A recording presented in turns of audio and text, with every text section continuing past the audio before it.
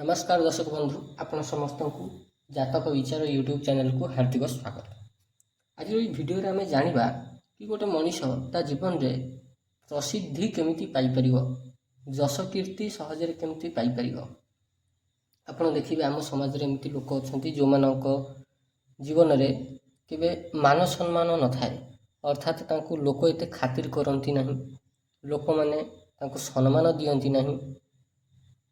से जेते भल काम कले मध्य प्रशंसा लोक करती नहीं, जो तांकर जो टैलेंट थाए, जो समाज प्रति उपकार करिवार गुण थाए, से गुणटा ही कमी जाए कि से निजे निजको गोटे चारि कांथ घर भितर आबद्ध कर रखी नियंती।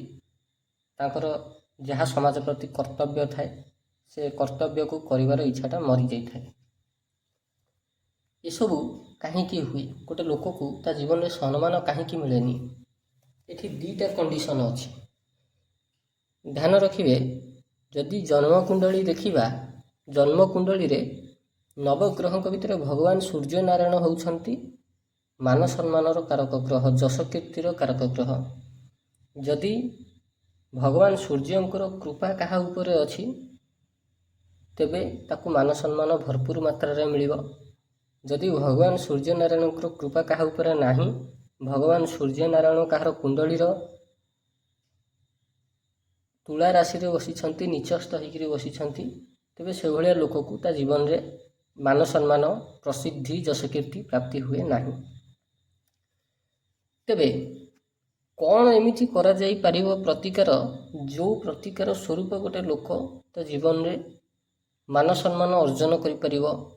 10 लोक ताकू सम्मान देवे, 10 लोक ताकू आज्ञापन कही कथबार्ता करेंगे, तथा नेम फ्रेम जोटा कहती से नेम फ्रेम केमती प्रसिद्धिटा बढ़िबो। ध्यान देवे, आपण समस्ते जानिथिबे राशि थाए नक्षत्र थाए। से जो नक्षत्र थाए, नक्षत्र नाड़ी भितर ही लुचि रही थाए असल खेल, जोटा मनीष को सहजरे प्रसिद्धि दे पारे।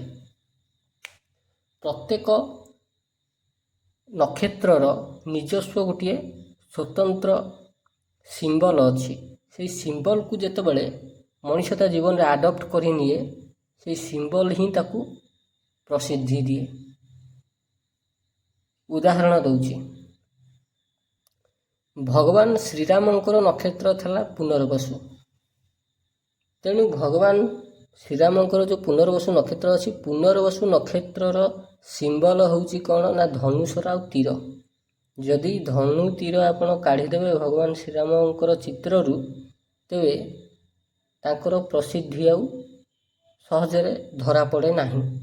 तेणु से धनु तीर पाइका भारी प्रसिद्ध।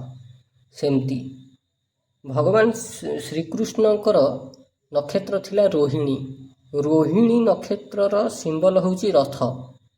जदि आमे रथ को तांको जीवन रू हटेई दवा, सबुठु बड़ अध्याय भगवान श्रीराम को जीवन होउची धनुषर, और भगवान श्रीकृष्णंकर जीवन रो सबुठु बड़ अध्याय होउची गीता ज्ञान।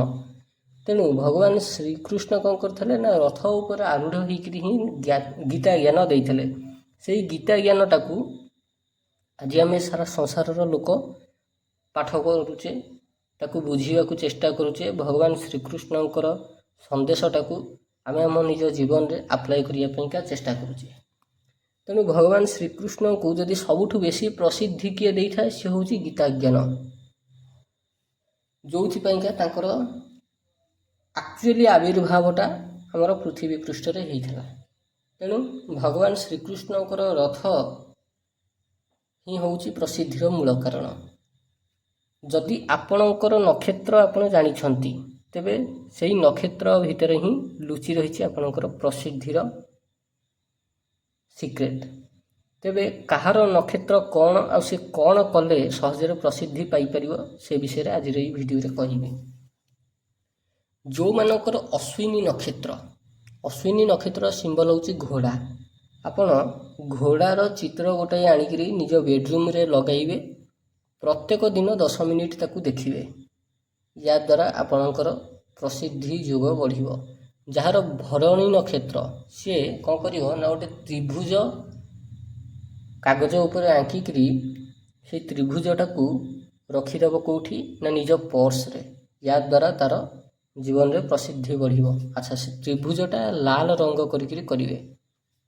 ଯାହାର କୃତ୍ତିକା ନକ୍ଷତ୍ର ସେ ଗୋଟିଏ ଚାକୁ ନଚେତ କୁରାଢ଼ୀ ଆଉ ଚାକୁ, ୟାକୁ ତ ସବୁବେଳ ପାଇଁକା ସାଙ୍ଗରେ ରଖିହେବନି। ବଡ଼ ଚାକୁ, ଛୋଟିଆ ଚାକୁଟିଏ କ'ଣ କରିବେ, ଗୋଟିଏ ନିଜ ପାଖରେ ସବୁବେଳ ପାଇଁ ରଖିବେ।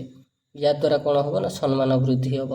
ଯେଉଁମାନଙ୍କର ରୋହିଣୀ ନକ୍ଷତ୍ର ସେମାନେ କ'ଣ କରିବେ, ଆଜିକା ସମୟରେ ତ ଆଉ ରଥ ମିଳୁନାହିଁ।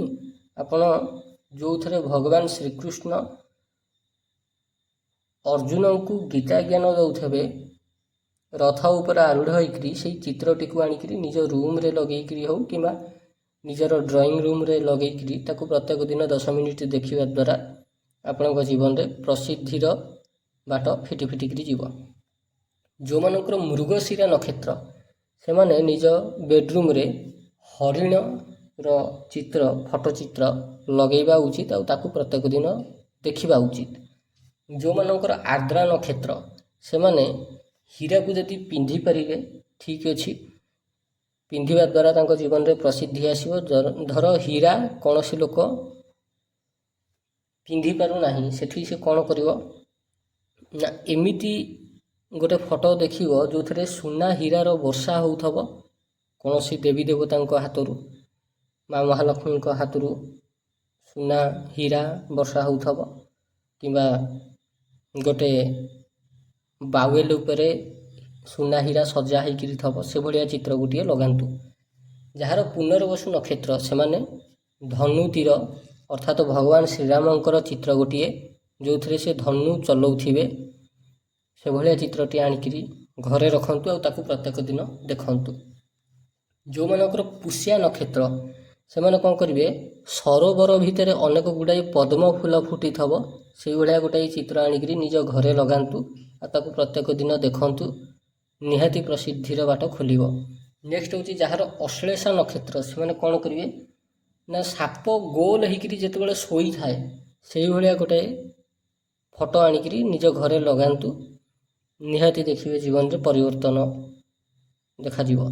ଯାହାର ମଘା ନକ୍ଷତ୍ର ସେମାନେ କ'ଣ କରିବେ, ସିଂହାସନ କିମ୍ବା ପାଲିଙ୍କିର ଚିତ୍ର ନିଜ ବେଡ଼ରୁମ୍ରେ ଲଗାଇ ପାରିବେ। ଦ୍ୱାରା ତାଙ୍କ ଜୀବନରେ ପ୍ରସିଦ୍ଧିର ବାଟ ପ୍ରଶସ୍ତ ହୋଇଯିବ। ଯାହାର ପୂର୍ବା ଫାଲ୍ଗୁନୀ ନକ୍ଷତ୍ର ସେମାନେ କ'ଣ କରିବେ ନା ବସନ୍ତ ଋତୁ ହେଇଥିବ, ଗଛ ଥିବ, ବିଭିନ୍ନ ପ୍ରକାର ଫୁଲ ଫୁଟିଥିବ ଆଉ ଦୋଳି ଲାଗିଥିବ, ଦୋଳି ଝୁଲୁଥିବ, ଏଭଳିଆ ଗୋଟେ ଚିତ୍ର ଆଣିକିରି, ଫଟୋ ଚିତ୍ର ଆଣିକିରି ନିଜ ରୁମ୍ରେ ଲଗାଇବା ଦ୍ୱାରା ୟାଙ୍କର ପ୍ରସିଦ୍ଧିର ବାଟ ଖୋଲେ। ଯାହାଙ୍କର ଉତ୍ତରା ଫାଲ୍ଗୁନୀ ନକ୍ଷତ୍ର ସେମାନେ କ'ଣ କରିବେ ନା ନିଜ ଖଟଟାକୁ ଯେତେ ସଜେଇକିରି ରଖିବେ ତାଙ୍କ ପାଇଁକା ସେତେ ପ୍ରସିଦ୍ଧିର ମାର୍ଗ ପ୍ରଶସ୍ତ ହେଇଯିବ। ଯାହାର ହସ୍ତା ନକ୍ଷତ୍ର ସେମାନେ ଖୋଲା ହାତର ଚିତ୍ର କାନ୍ଥରେ ଲଗାଇବା ଦରକାର। ଦେଖିବେ ଆପଣ କଂଗ୍ରେସର ସିମ୍ବଲଟା କ'ଣ, ଖୋଲା ହାତ, ସେଇ ଟାଇପ୍ର ଖୋଲା ହାତ ଚିତ୍ର ଲଗାଇ ପାରିବେ। ନଚେତ ଆପଣ ଜୈନଙ୍କର ଯେଉଁ ସିମ୍ବଲ ସିଏ ମଧ୍ୟ ଖୋଲା ହାତ, ତାକୁ ଆଣିକିରି ଲଗାଇ ପାରିବେ। ନେକ୍ସଟ ହେଉଛି ଚିତ୍ରା ନକ୍ଷତ୍ରର ସିମ୍ବଲ ହେଉଛି ମୋତି। ଆପଣ ନିଜେ ଚାହିଁବେ ଯଦି ମୋତି ଧାରଣ କରିବାକୁ ଧାରଣ କରିପାରିବେ। ଧର ଆପଣଙ୍କୁ ସୁଟ୍ କରୁନାହିଁ ମୋତି, ତାହେଲେ ସେ ମୋତି ଛୋଟିଆଟିଏ ନିଜ ପର୍ସରେ ପକାଇକିରି ରଖିବେ। ଦ୍ୱାରା ଆପଣଙ୍କର ପ୍ରସିଦ୍ଧିର ବାଟ ଖୋଲିବ। ନେକ୍ସଟ ହେଉଛି ସ୍ୱାତି ନକ୍ଷତ୍ର। ସ୍ୱାତି ନକ୍ଷତ୍ରର ସିମ୍ବଲ ହେଉଛି ଝୁଲା ଗଛ। ଝୁଲା ଗଛ ଅର୍ଥାତ୍ କ'ଣ, ପବନରେ ଗଛ ଗୁଡ଼ାକ ଖେଳୁଥିବେ, ଝୁଲୁଥିବେ, ତାକୁ କହନ୍ତି ଝୁଲା ଗଛ। ବସନ୍ତର ଆଗମନରେ ହେଉ କିମ୍ବା ମଳୟର ସ୍ପର୍ଶରେ ହେଉ, ଯେତେବେଳେ ଗଛ ଦୋହଲୁଥିବ କିମ୍ବା ଧାନ କିଆରୀର ଗଛ ଗୁଡ଼ାକ ନଈକିରି ଝୁଲୁଥିବ ଏପଟ ସେପଟ ହେଇକି, ସେଇ ଯେଉଁ ଚିତ୍ର, ସେଇ ଚିତ୍ରଟାକୁ ଆଣିକିରି ନିଜ ଘରେ ଲଗାଇବା ଦ୍ୱାରା ପ୍ରସିଦ୍ଧିର ବାଟ ଖୋଲେ। ଧରନ୍ତୁ ସେଇଟା ଆପଣ କରିପାରିବେନି, ମୁଙ୍ଗା ପିନ୍ଧିପାରିବେ। ଯଦି ମୁଙ୍ଗା ଆପଣଙ୍କୁ ସୁଟ୍ କରୁନାହିଁ ତାହେଲେ ମୁଙ୍ଗାଟିଏ ଆପଣ ନିଜର ପର୍ସରେ ରଖିପାରିବେ। ଦ୍ୱାରା ମଧ୍ୟ ପ୍ରସିଦ୍ଧିର ମାର୍ଗ ଖୋଲିବ। ନେକ୍ସଟ ହେଉଛି କ'ଣ ନା ବିଶାଖା ନକ୍ଷତ୍ର। ବିଶାଖା ନକ୍ଷତ୍ରର ସିମ୍ବଲ ହେଉଛି କୁମ୍ଭାରର ଚକ ଅର୍ଥାତ୍ ଚକ୍ର। ଦେଖିବେ ଭଗବାନ ଶ୍ରୀକୃଷ୍ଣ ରଥଚକ୍ର ଯେଉଁ ଧରିଥିବେ ସେ ସିମ୍ବଲଟାକୁ ଆପଣ ଲଗାଇ ପାରିବେ ଘରେ। ଫଟୋ ହିସାବରେ, ନଚେତ ଆପଣ କୁମ୍ଭାର ଚକରୁ କିଛିଟା ମାଟି ଆଣିକିରି ତାକୁ ନିଜ ପାଖରେ ରଖିପାରିବେ। ଗୋଟିଏ ଛୋଟିଆ ପୁଡ଼ିଆ କରିକିରି ପର୍ସରେ ରଖିପାରିବେ। ସେତକ ଯଦି ନ କରିପାରିବେ କୁମ୍ଭାର ଚକର ଫଟୋ ଆଣିକିରି ନିଜ ରୁମ୍ରେ ଲଗେଇ ଦେଇପାରିବେ। ଯାହାର ଅନୁରାଧା ନକ୍ଷତ୍ର ସେମାନେ ଧ୍ୱଜ ଅର୍ଥାତ୍ ପତାକାର ଚିତ୍ର, ବିଜୟ ଧ୍ୱଜର ଚିତ୍ର ନିଜ ଘରେ ଲଗେଇ ପାରିବେ। ହନୁମାନ ବିଜୟ ଧ୍ୱଜା ଧରିଥିବେ ସେଭଳିଆ ଫଟୋ ଲଗେଇ ପାରିବେ। ଯେଉଁମାନଙ୍କର ଜ୍ୟେଷ୍ଠା ନକ୍ଷତ୍ର ସେମାନେ ଛତାକୁ ନିଜ ଜୀବନର ଗୋଟେ ଅଂଶ ରୂପରେ ଗ୍ରହଣ କରିପାରିବେ, ଅର୍ଥାତ୍ ଛତାକୁ ସବୁବେଳେ ନିଜ ପାଖରେ ରଖିପାରିବେ। ଯାଦ୍ୱାରା ତାଙ୍କର ପ୍ରସିଦ୍ଧି ବଢ଼ିବ। ଧରନ୍ତୁ ଯଦି ଛତା ନ ରଖିପାରୁଛନ୍ତି, ଭଗବାନ ଶ୍ରୀ ବାମନ ଛତାଟିଏ ଧରିଥିବେ, ତାଙ୍କର ଚିତ୍ରଟାକୁ ଆପଣ ନିଜ ଘରେ ଲଗେଇ ପାରିବେ। ନେକ୍ସଟ ହେଉଛି ମୂଳା ନକ୍ଷତ୍ର। ମୂଳା ନକ୍ଷତ୍ରର ସିମ୍ବଲ ହେଉଛି ଗଜ ଅର୍ଥାତ୍ ହାତୀ। ଆପଣ କୌଣସି ହାତୀର ଚିତ୍ରଟିଏ ନିଜ ରୁମ୍ରେ ଲଗେଇ ପାରିବେ। ଯାହାର ପୂର୍ବାଷାଢ଼ା ନକ୍ଷତ୍ର ସେମାନେ ହାତୀ ଦାନ୍ତ ନିଜ ପାଖରେ ରଖିବେ। ଯାଦ୍ୱାରା କ'ଣ ହେବ ନା ତାଙ୍କ ଜୀବନରେ ପ୍ରସିଦ୍ଧିର ମାର୍ଗ ପ୍ରଶସ୍ତ ହେବ। ଯାହାର ଉତ୍ତରାଷାଢ଼ା ନକ୍ଷତ୍ର ସେମାନେ ମଧ୍ୟ ହାତୀ ଦାନ୍ତକୁ ନିଜ ପାଖରେ ରଖିବା ଉଚିତ। ଧ୍ୟାନ ଦେବେ, ଏଠି ହାତୀ ଦାନ୍ତ କହିବା କଥା ଛୋଟିଆଟିଏ ହେଲେ ବି ଚଳିବ। ନିଜ ସ୍ୱାର୍ଥ ପାଇଁ କୌଣସି ହାତୀକି ମାରିବା ଆବଶ୍ୟକତା ନାହିଁ। ଯଦି ମାର୍କେଟରେ ମିଳୁଛି ଯେଉଁଟାକି ଲାଇସେନ୍ସରେ ବିକ୍ରି ହୁଏ, ଛୋଟିଆଟିଏ ମାନେ କ'ଣ 1 ସେଣ୍ଟିମିଟରରୁ 2 ସେଣ୍ଟିମିଟର ହେଲେ ବି ଯଥେଷ୍ଟ।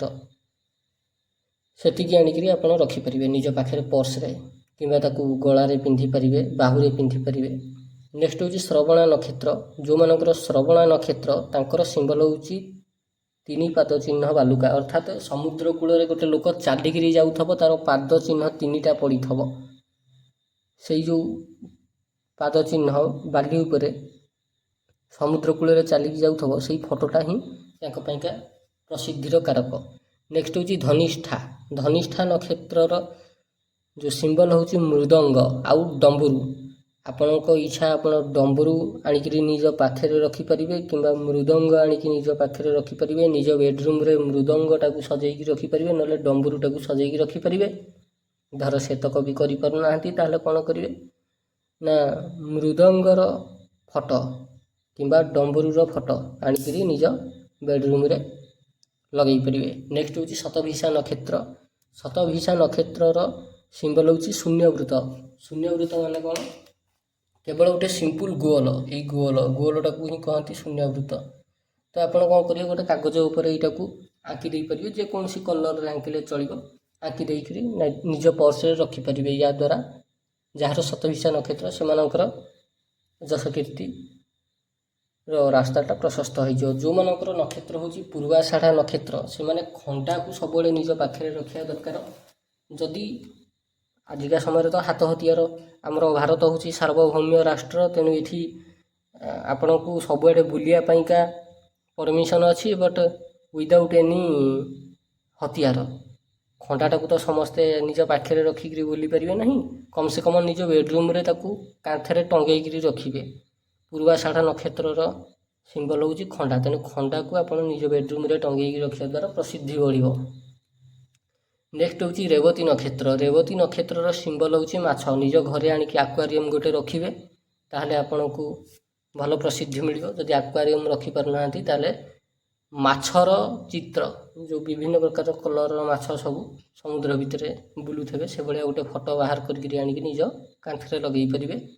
ତେଣିକି ଆପଣ ଯେକୌଣସି ଦିଗ କାନ୍ଥରେ ଲଗାନ୍ତୁ। ଏ ଯେଉଁ ପ୍ରତିକାର କହୁଛି ଆପଣଙ୍କୁ, ଏଗୁଡ଼ା ଯେକୌଣସି ଦିଗରେ ଲଗାଇଲେ ବି ଚଳିବ, ସେଥିରେ କିଛି ଆପତ୍ତି ନାହିଁ। ଶେଷ ନକ୍ଷତ୍ର ହେଉଛି ଉତ୍ତରାଷାଢ଼ା ନକ୍ଷତ୍ର। ଉତ୍ତରାଷାଢ଼ା ନକ୍ଷତ୍ର ଯେଉଁମାନଙ୍କର, ସେମାନଙ୍କର ଯୋଡ଼ି ଶିଶୁ ଅର୍ଥାତ୍ 2ଟା ଶିଶୁ ପାଖାପାଖି ବସିଥିବେ, ସେଭଳିଆ ଗୋଟାଏ ଫଟୋ ଚିତ୍ର ଆଣିକି ନିଜର ବେଡ଼ରୁମ୍ରେ ଟଙ୍ଗେଇକି ରଖନ୍ତୁ। ଦେଖିବେ ଆପଣଙ୍କୁ ବହୁତ ପ୍ରସିଦ୍ଧି ପ୍ରାପ୍ତି ହେବ। ଏ ଯେଉଁ ଜିନିଷ ଆଜି ଆପଣଙ୍କୁ ବତେଇଲି, ଏଇଟା ବହୁତ ବର୍ଷର ଜ୍ୟୋତିଷ ବିଦ୍ୟାର ଏକ୍ସପିରିଏନ୍ସ। ଏଇଟାକୁ ବତେଇଲି ଆପଣଙ୍କୁ। ଏଇଟା ଭାବନ୍ତୁନି ଯେ ଆପଣ ଆଜିର ଯେଉଁ ଭିଡ଼ିଓ ଦେଖୁଛନ୍ତି ଏଇଟା ଗୋଟେ ନର୍ମାଲ ଭିଡ଼ିଓ।